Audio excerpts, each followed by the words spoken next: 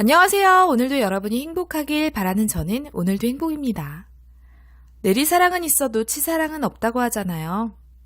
그 내리사랑 중에서도 제일은 부모가 자식에게 주는 사랑, 또 그 중에서도 엄마가 자식을 사랑하는 마음은 사랑 중에 제일이라고 생각합니다.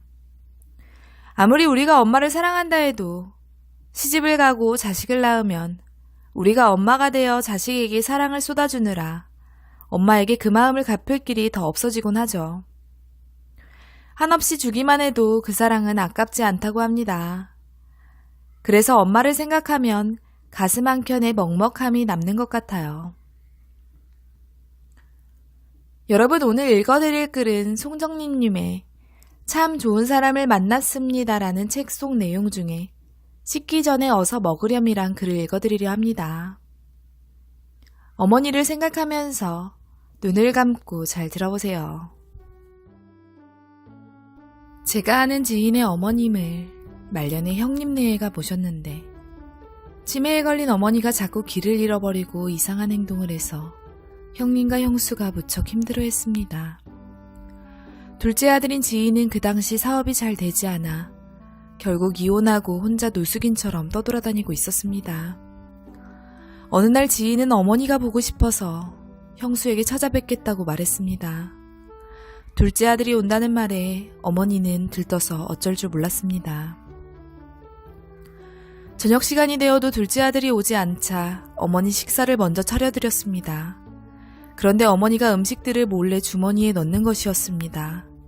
가족들이 어머님의 행동을 보고 놀라서 말렸지만 맨손으로 뜨거운 찌개 속의 건더기들까지 집어 주머니에 넣었습니다. 그러고는 누가 빼앗기라도 할까봐 급하게 방으로 들어가 문을 잠그고 나오지 않았습니다.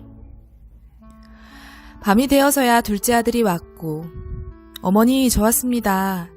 둘째 아들의 인사를 듣고서야 어머니는 방문을 열었습니다. 어머니는 주머니에서 온통 한데 뒤섞인 음식들을 둘째 아들에게 꺼내놓으며 말했습니다. 아가, 배고프지? 씻기 전에 어서 먹으렴. 어머니의 손은 뜨거운 찌개를 주머니에 넣느라 여기저기 물집이 잡혀 있었습니다. 아들은 명치끝이 찌르듯 아파서 아무 말도 못한 채 어머니를 안았습니다. 어머니는 다른 것은 다 몰라도 둘째 아들이 어려운 상황에 부닥쳐 있다는 것은 본능적으로 알고 있었나 봅니다.